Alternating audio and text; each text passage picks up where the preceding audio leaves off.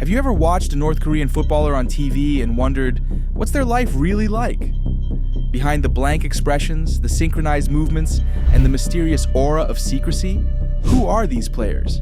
Are they celebrated like heroes for representing their country? Or does life off the pitch tell a far darker story? Today, we're peeling back the curtain on the lives of North Korean footballers, revealing the control, fear, and intrigue that define their existence. Spoiler alert, it's not what you'd expect. Let's start with one of North Korea's most well-known football exports, Han Kwang-song. Born in Pyongyang, Han's talent stood out early, and he was handpicked by the regime to train in Italy, eventually signing with clubs like Perugia and even Juventus. A dream come true, right? Not exactly. Han's success came with strings attached. In most countries, a footballer earns money for themselves, maybe even for their family. For Han, every penny he earned was funneled back to the North Korean government. His freedom in Europe was closely monitored by handlers sent by the regime. These minders ensured he never spoke out of turn, never associated with the wrong people, and most importantly, never defected. For Han, life abroad was bittersweet. On the one hand, he got a rare glimpse of freedom, seeing how players in other countries lived, with their fast cars, expensive homes, and adoring fans. But Han knew he could never truly have that. Every phone call he made, every trip he took, every game he played was another performance of loyalty. Any mistake, any sign of dissent, and his family back home would pay the price. Imagine the mental toll that must take. You're playing in one of the world's most prestigious leagues, but you're constantly looking over your shoulder, knowing that every move is being watched. Han's story is just one piece of the puzzle. Let's talk about Jong Tae-se, famously dubbed the People's Rooney. Unlike Han, Jong wasn't born in North Korea. He was born to North Korean parents in Japan and represented North Korea internationally, giving him a unique perspective. Jong gained global attention during the 2010 World Cup when he was caught crying during the national anthem. His tears were interpreted as deep patriotism, a symbol of unwavering loyalty. But was it really? Jong later admitted that while he felt pride playing for his heritage, he was also overwhelmed by the immense pressure. Every move he made on the pitch wasn't just about winning or losing. It was about proving North Korea's strength to the world. Failure wasn't an option. But Jong's story also sheds light on the emotional toll that representing such a regime can have on a player. Imagine being constantly reminded that your success on the world stage is tied to the image of a leader who you may never truly understand or even agree with. Jong, like so many North Korean players, had no choice but to toe the line. Any sign of defiance could lead to his family's imprisonment or worse.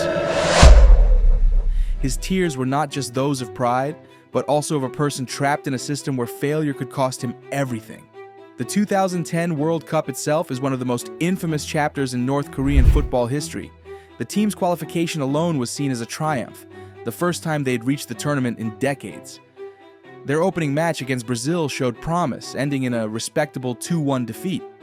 But then came the match against Portugal, a humiliating 7-0 loss. What happened next is the stuff of nightmares. Reports emerged that the team faced public shaming upon their return.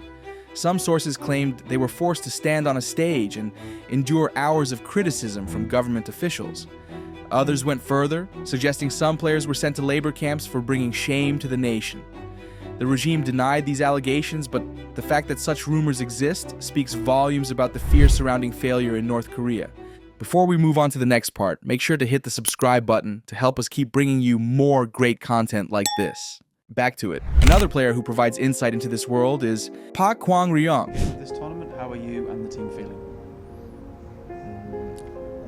Now I'm feeling very good, and also our team, I think our team is ready for tomorrow.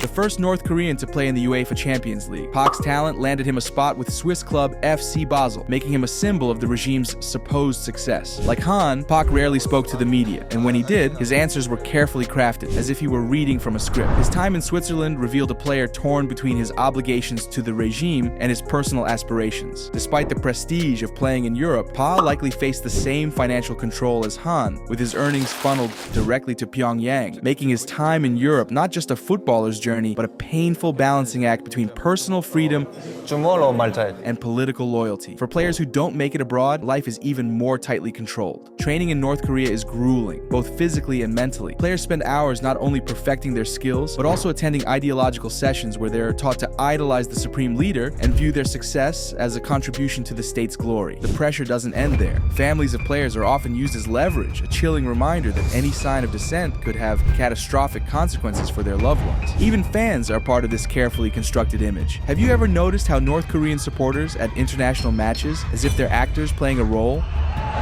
That's because many of them are. Reports suggest that these fans are actually government officials or carefully selected expatriates tasked with projecting an image of national pride. It's not about genuine support, it's about maintaining the regime's narrative. These orchestrated displays of patriotism serve as a reminder that in North Korea there's no room for spontaneity. Everything, including the reactions of the so-called fans, must be controlled, but cracks in this system are starting to show. In 2017, during the EAFF Championship in Hong Kong, 4 North Korean players reportedly attempted to defect. While details remain scarce, the mere fact that players are willing to risk everything to escape speaks volumes about the conditions they face. Defections are incredibly dangerous. Even if a player successfully escapes, their family back home is almost certain to face punishment, imprisonment, forced labor, or worse. The regime doesn't just see defectors as traitors, it sees them as threats to its carefully controlled image. And yet, despite the immense risks, there are signs that more players are beginning to question the reality they've been forced to accept. Over the years, there have been whispers of more defections,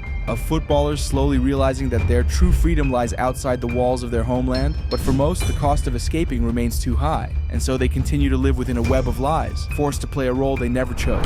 So, why does the North Korean government invest so much in football? The answer lies in its obsession with propaganda. Football is a tool, a way to project an image of strength, discipline, and unity to the world. A single goal against a major team becomes a narrative of triumph. The national pride they're meant to embody isn't something they feel. It's something they're forced to manufacture for the cameras, for the world to see. But despite the regime's efforts, the human spirit can't be completely suppressed. Stories like those of Han Kwang-song, Jong Tae-se, and Park Kwang-ryong reveal glimpses of individuality, resilience, and hope. These players live under immense pressure, but their stories remind us of the universal desire for freedom and self-expression. I like to listen when people say the Ronaldo rocket.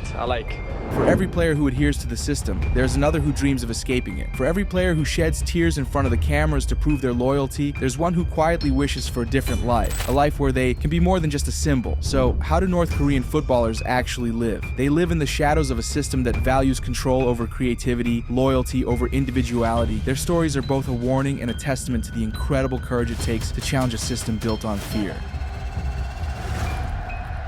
With that said, thanks for watching, and until next time.